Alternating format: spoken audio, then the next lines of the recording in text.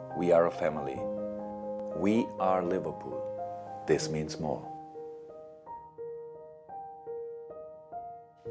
이번 시즌을 앞두고 리버풀 팬들의 많은 걱정이 있었지만 왼쪽 풀백은 치미카스, 중앙에서 창의성을 불어줄 티아고, 그리고 방점은 최전방 공격수 디오고 조타. 이 선수는 무려 4,500만 파운드의 거금을 들여 데려온 포르투갈 선수로 96년생의 어린 선수입니다. 이적료의 10%인 450만 파운드만 1년간 울버햄튼에 지불하고 그 외에 남은 금액들은 4년간 정해진 금액이 아닌 상황에 따라 분할로 지급한다 합니다. 그리고 옵션이 많이 낀 것으로 보이며 정확히 보장된 금액이 얼마인지는 밝혀지지 않고 있네요. 이적료 자체는 비교적 높다고 말할 수 있지만 조타의 시장평가가 3,500만 파운드를 상회했던 것을 감안하면 1년간 450만 파운드만 지불하며 비용이 더 높아졌다 정도로 생각하시면 마음 편할 것 같습니다. 디오고 조타의 합류로 인해서 포워드진은 피르미누, 마네, 살라, 오리기, 미나미노, 조타, 브루스터, 샤키리. 이 중에서도 브루스터는 바이백 조항을 넣어 크리스탈 팰리스 혹은 셰필드 유나이티드로 판매될 것이라고 예상되고 있습니다. 샤키리와 오리기는 오퍼가 들어오면 나갈 것으로 보이지만 만족스러운 금액이 아니라면 그대로 두어 마네, 피르미누, 살라, 미나미노, 조타, 샤키리, 오리기, 엘리엇. 너무 많긴 하네요. 만약에 기간 동안 금액이 맞춰져서 샤키리, 오리기가 나간다면 마누라, 조타, 그리고 미나미노에다가 엘리엇 총 6명의 선수로 시즌을 꾸리게 될 것으로 보입니다. 급할 때에는 체인벌린도 측면 윙포워드로 나설 수 있기 때문에 뎁스에 대한 불만은 더 이상 없을 것이라고 생각합니다. 만약에 샤키리와 오리기가 남는다면 리버풀 역사상 최고로 두터운 스쿼드를 구성한 채 시즌을 보낼 수 있겠네요. 아무튼 이제는 여러분들이 궁금해하시는 조타에 대해서 가볍게 알아보도록 하겠습니다. 디오고 조타의 가장 큰 특징은 크게 3가지로, 첫 번째, 출중한 드리블 능력과 압박 능력, 두 번째, 멀티플레이어, 세 번째, 양발잡이. 첫 번째로 출중한 드리블 능력과 압박 능력, 스피드도 갖추고 있는 선수지만 기본적으로 드리블이 상당히 좋습니다. 19-20 시즌 76회 성공으로 시즌 전체 7위에 위치해 있습니다. 리버풀 선수들과 비교해보면 마네와 동일한 수치로 상대가 지공으로 앉을 시 드리블 능력을 통해 찬스를 만들어줄 선수라고 볼 수 있죠. 현재 리버풀 내에서 가장 화려한 드리블을 보여줄 수 있는 선수이기 때문에 순간적으로 드리블을 통한 탈압박 이후 역습을 전개하거나 파이널 서드 지역에서 상대 수비수를 벗겨내고 찬스를 만들어내는 경우가 상당히 많아질 겁니다. 특히나 리버풀에는 마네와 살라 그리고 양쪽 풀백이 공격적으로 뒷공간을 공략하며 수비수들을 사이드로 이끌고 가 견제를 덜 받을 수 있다 보니 팀에서 적응만 마친다면 조타의 드리블 수치는 보다 더 높아질 수도 있다고 생각합니다. 그리고 조타의 드리블을 견제하는 선수들의 움직임으로 인해서 주위 동료들에게도 찬스가 더 많이 생길 수 있다는 점을 감안하면 리버풀 내에서 정말 필요로 하는 드리블러라고 볼 수 있죠. 게다가 리버풀 공격수로서 반드시 필요한 압박 능력을 갖추고 있습니다. 우선 울버햄튼의 누누 감독은 기본적으로 안정적인 후방 빌드업과 함께 역습을 위주로 경기를 풀어나가기 때문에 비교적 내려앉는 경기도 상당히 많아 전방에서의 압박 강도가 높은 편은 아닙니다.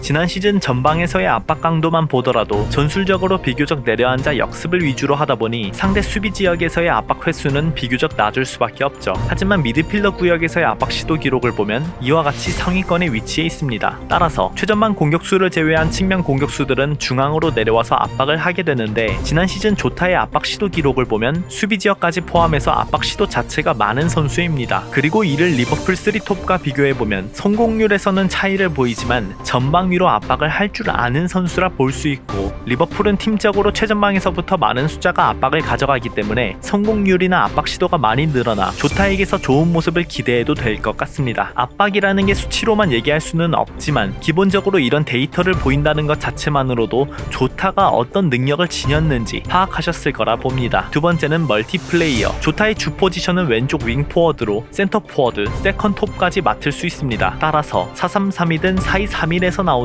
주로 왼쪽이나 중앙으로 나오며 모든 조합에서 뛸 수 있을 거라 보고 있습니다. 하지만 제 생각에는 조타가 양발잡이면서 찬스 메이킹은 또 오른발로 주로 나오다 보니 오른쪽에서도 충분히 활용할 수 있을 거라 봅니다. 이는 위르겐 클롭의 인터뷰에서도 알 수 있는데 조타의 합류로 인해서 리버풀의 전방은 보다 더 예측하기 힘들어졌고 다양한 옵션을 두어 공격 전개를 할 수 있게 되었습니다. 그는 4-3-3에서 포워드 진영을 모두 뛸 수 있고 4명의 미드필더를 두는 전술에서도 양쪽 윙어로 출전할 수 있습니다. 일반적으로 많은 사람들이 차라리 왼쪽과 중앙 한정으로 기용할 것으로 보는 것과 달리 오른쪽까지도 염두에 두는 것을 보면 포지션당 3명의 베스트 라인업 구성으로 이번 시즌을 가려고 하는 것 같습니다. 기본적으로 다양한 포지션을 소화하는 선수답게 스위칭을 통한 공격 전개에 능하다 보니 어느 곳에 두더라도 굉장히 유용하게 활용할 수 있을 거라 봅니다. 세 번째는 양발잡이. 스피드, 연계, 멀티성, 수비 능력, 득점력에 이어 공격수로서 가장 메리트 있는 양발잡이. 보는 사람들마다 기준이 다르실 수 있지만 제가 선수를 보는 기준에서는 이 정도의 능력이면 충분히 양발을 잘 사용한다고 볼 수 있습니다. 왼발 오른발 가리지 않고 기대 득점 수치가 비슷하며 양발 중에서도 오른발을 사용하며 찬스 메이킹에 능통한 것을 보면 오른발을 보다 더 잘 사용한다고 볼 수 있죠. 조타 외에는 리버풀 팀 내에서 양발을 고루 사용하며 높은 슈팅 비율을 가져가는 선수는 없습니다. 굳이 따지자면 사디오 마네인데 2시즌간 오른발의 가치가 훨씬 컸죠. 그렇지만 사디오는 주로 왼발을 통해 찬스를 만들어냈고 득점 마무리는 오른발로 했습니다. 조타는 양발 모두 득점이 비슷하고 찬스 메이킹은 오른발. 이런 특성 때문에 같은 왼쪽 윙포워드에 위치한 선수이지만 다양하게 위치를 가져갈 수 있겠죠. 그리고 조타와 관련해서는 결정력이 떨어진다는 말이 끊이질 않는데 이는 분명 슈팅의 방향과도 연관이 있다고 생각합니다. 그래서 지난 2시즌간 조타의 슈팅과 득점 방향을 보면 주로 낮게 깔아서 슈팅을 했고 그곳에서 득점이 나온 것을 알 수 있죠. 하지만 가운데에 몰리는 슈팅이 많다 보니 좋은 찬스에서도 기회를 놓친 게 아닌가 싶습니다. 모든 것을 종합해보면 첫 번째로 현재 선수단에서 보지 못하는 유형의 드리블러, 두 번째 압박과 수비 그리고 멀티성을 가진 선수, 세 번째 결정력에 대한 문제는 살라만 보더라도 팀 내에서 발전의 여지가 있다. 마지막으로 조타는 본인이 직접 득점하는 것보다도 득점을 만들어가는 과정 속에서 큰 영향력을 끼칠 수 있는 선수로 팀의 적응만 마친다면 다양한 루트를 만들어낼 것이다.